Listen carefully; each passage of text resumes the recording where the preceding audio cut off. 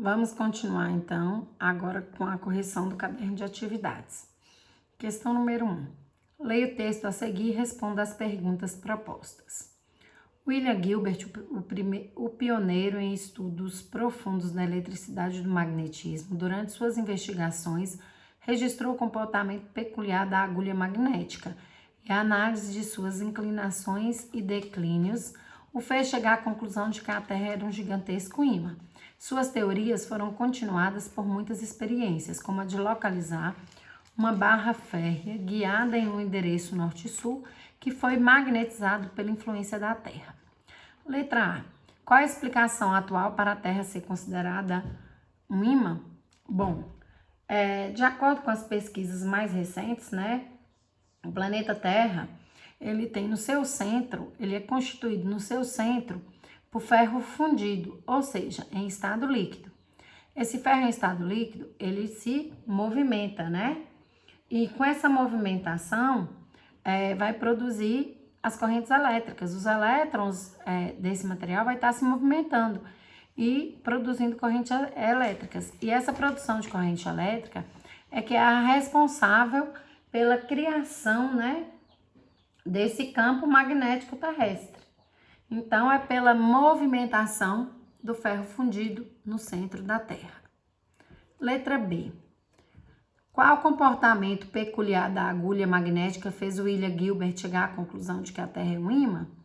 Porque ela, mesmo sendo modificada de posição, ou seja, mesmo mexendo com a provável bússola, essa agulha ela sempre voltava a apontar na mesma direção, tá?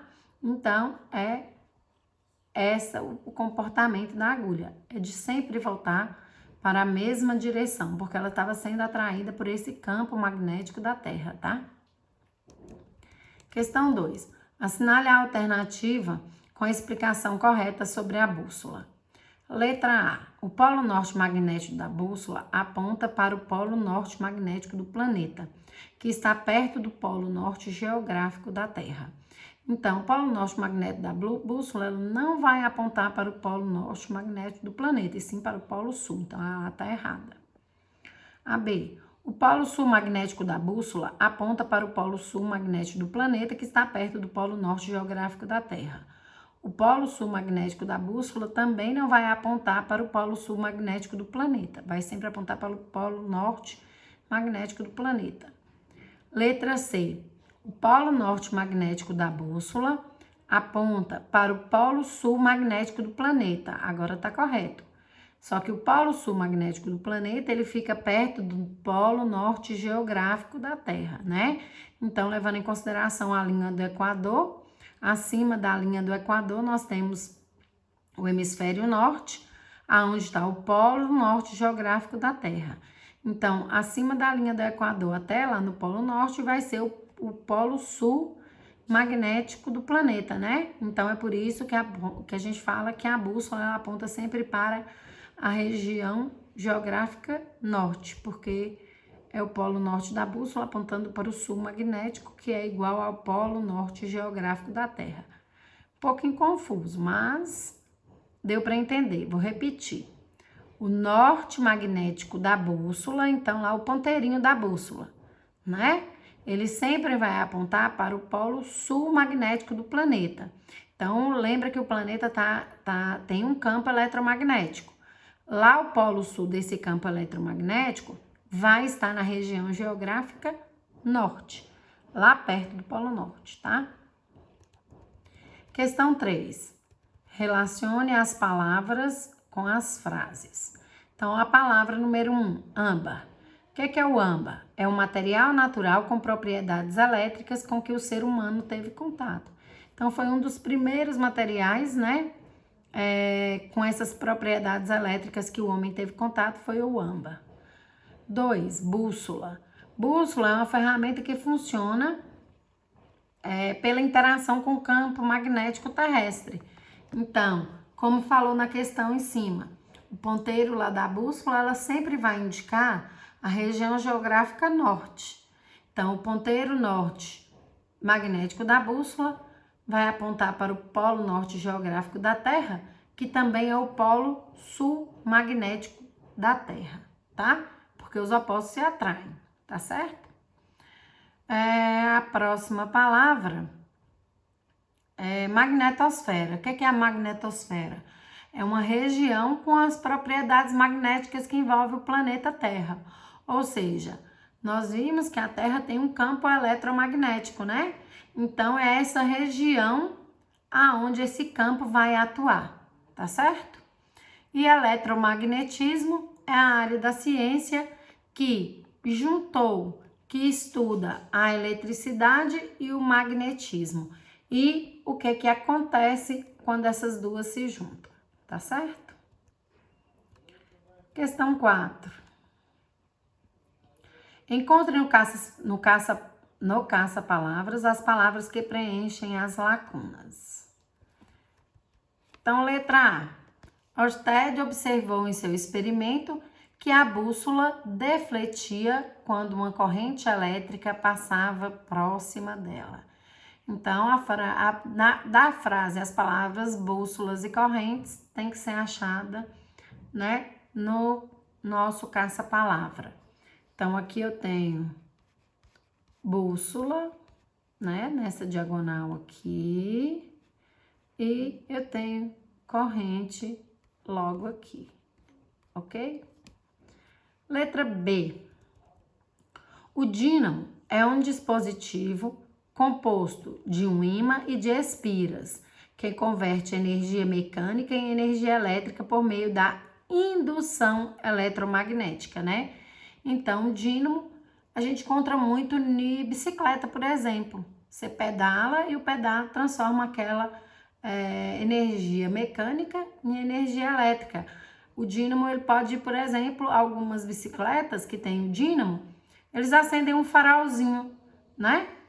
Por conta dessa movimentação. E aí, então, vai ter uma indução eletromagnética. A palavra indução, no nosso caça-palavras, está logo aqui, ó. Indução, ok? Letra C. O eletromagnetismo reúne estudos da eletricidade e do magnetismo. Acabamos de falar na última questão, né? Então, aqui temos, ó, magnetismo e aqui nós temos eletricidade, ok? Questão 5. Leia atentamente o texto a seguir. 1879, Dom Pedro II concedeu a Thomas Alva Edison o privilégio de introduzir no país aparelhos e processos de sua invenção destinados à utilização da eletricidade na iluminação pública. Foi inaugurada na estação central da Estrada de Ferro Dom Pedro II, atual central do Brasil, a primeira instalação de iluminação elétrica permanente.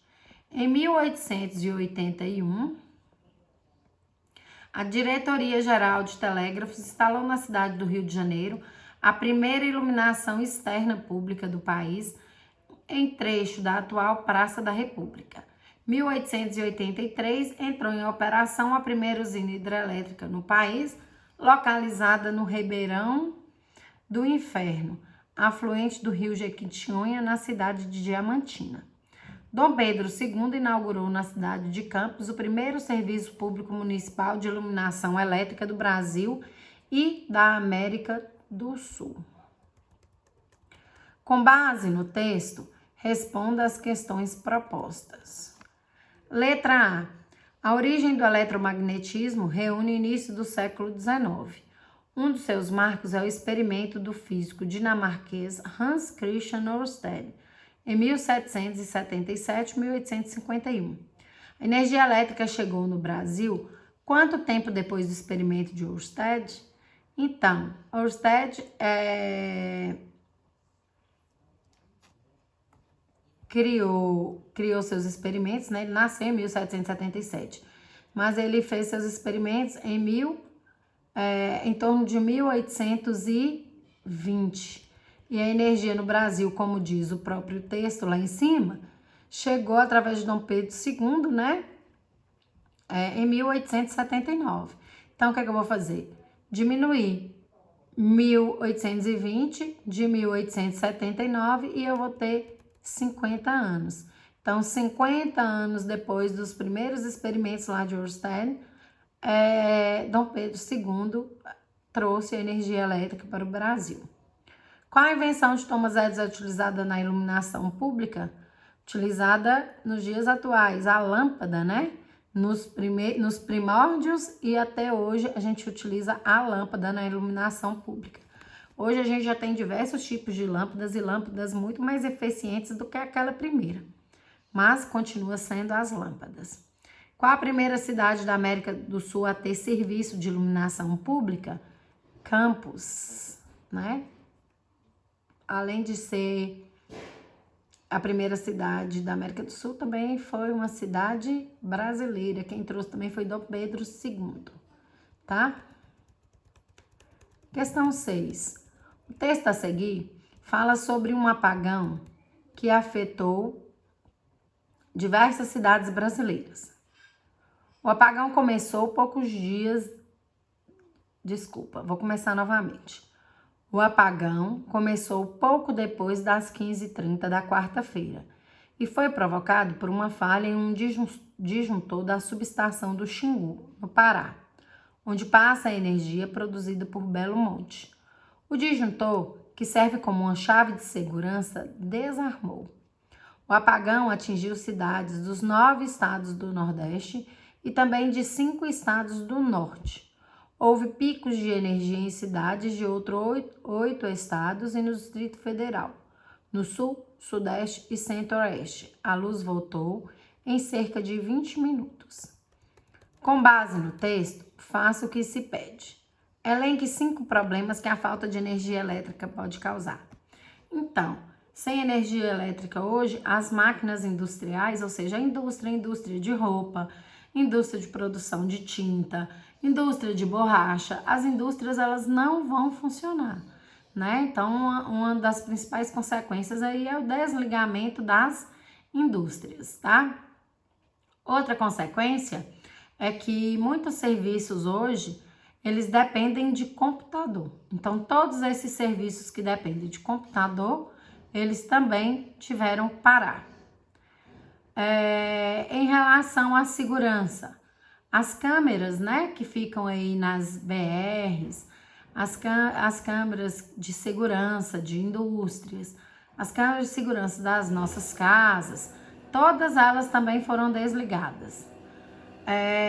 Semáforos, além das câmeras de trânsito que tem para controlar o trânsito para dar multa, os semáforos também precisam de eletricidade. Então, esses semáforos também foram apagados, né?